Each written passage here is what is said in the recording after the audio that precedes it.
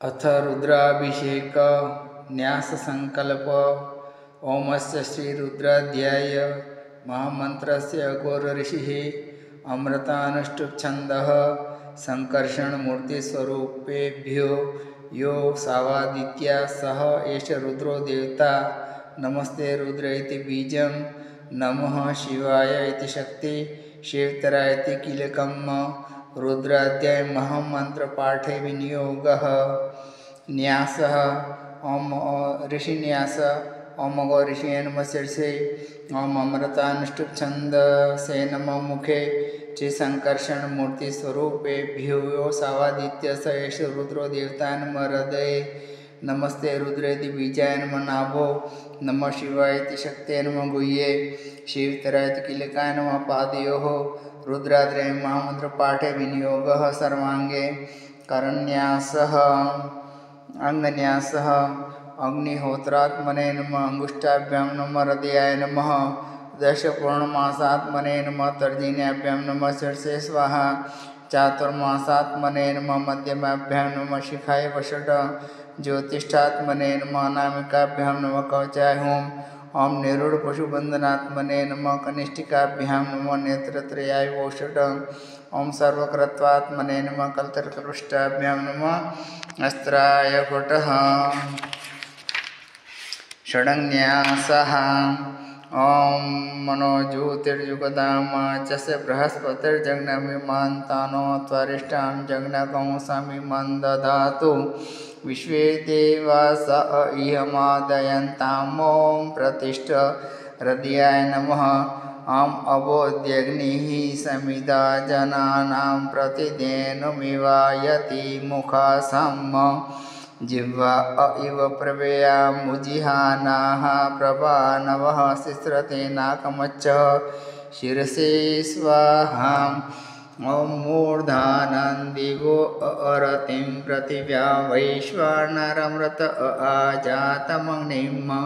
कविगंसं राजमतिथिञ्जनानामासन्नापात्राञ्जनयन्त देवाः शिखाय वषटां ॐ वर्माणि ते वर्मणा छादयामि सोमस्वराजामृतेनानुवत्सम् उर्वरीयो वरुणस्य कृणोतु जयन्तं त्वानुदेवा मदन्तु कवचाय हुम् ॐ विश्वतचक्षुरुत विश्वतो मुखो विश्वतो बाहुरुत विश्वतस्पात संबाहुभ्यन्धमति सम्पततिर्या वा भूमि जनयन् देव एकः नेत्रत्रयाय वुषटम् ॐ मानसोकेतनये मान आयुखिमानो गोखुमानो अश्वे कुरीरिखः मानो वीरानुद्रवामिनो वधीरः विक्मन्तः सदमित्वा हवामहे अस्त्राय फटः अथ ज्ञानमहम् आपातालनभस्थलं त्रिभुवनं ब्रह्माण्डमौले स्फुरं ज्योतिस्फटिकलिङ्गमौलिविलसत् पूर्णेन्दुराकाम्रतेः अस्त्रोक्काप्लुतमेषमैव मनिषं रुद्रानुवाकान् पठेन् ध्यायेत् दीप्सितसिद्धैग्रतपदं विप्रो विखिञ्चे शिवं ब्रह्माण्डं व्याप्तदेहा यमवसितरुचा भासमाना भुजङ्गे कंठे कालाकपर्दा किरीटचरुचिरा छण्डको दण्डहस्ताः अक्षारुद्राक्षमाला प्रकटितविभवा शाम्भवा मूर्तिभेदां रुद्राक्षं रुद्रसूक्तं प्रकटितविभवान् नः प्रयच्छन्ति सौख्यं छंद हरि ओम मह ओम मा छंदः प्रमा छंदः प्रतिमा छंद स्त्रीवयश्छंद पंक्तिश्छंद उष्णिच्छंद बृहतिश्छंदो अनुष्टुप् छंदो विराट छंदो गायत्री छंद त्रिष्टुप छंद जगतिश्छन्दः पृथिवी छंदो अंतरिक्षश्छन्दो द्युश्छन्दः समाच्छन्दो नक्षत्राणि छन्दो वाक्छन्दो मनश्छन्दः कृषिश्छन्दः हिरण्यश्छन्दो गौश्छन्दः जाश्छन्दो स्वश्छन्दः ओम प्राणाय स्वाहा अपानाय स्वाहा व्यानाय स्वाहा अम्बे अम्बिके अम्बालिके नमानयति कश्चन सशस्तयश्वकः सुभद्रिकां कम्पीलवासिनीम्।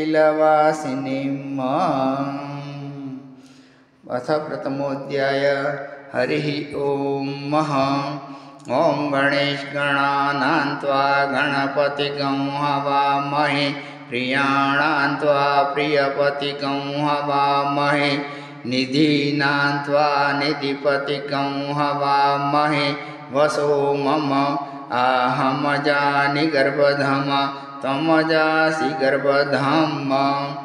गायत्री त्रिष्टुप जगत्यनुष्टुप पंक्त्या सह बृहद्युष्णिहा ककुप्सूचिभिः शाम्यन्तु त्वां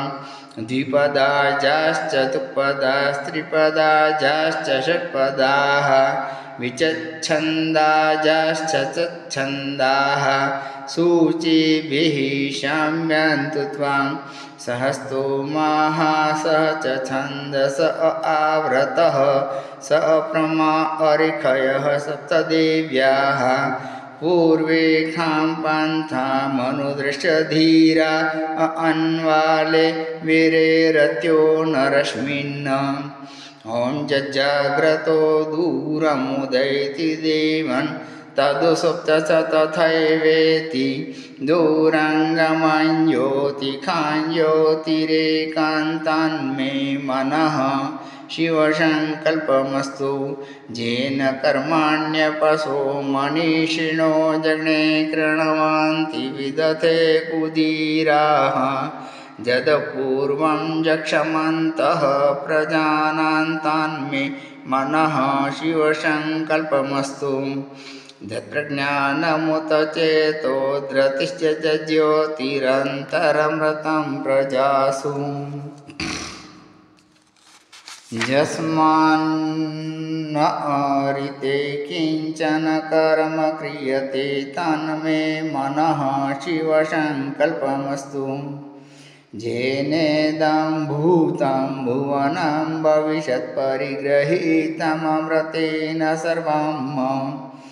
येन यज्ञस्थायते सप्तहोता तन्मे मनः शिवसङ्कल्पमस्तु जस्मिन् रचः सामजझूमुखि जस्मिन् प्रतिष्ठिता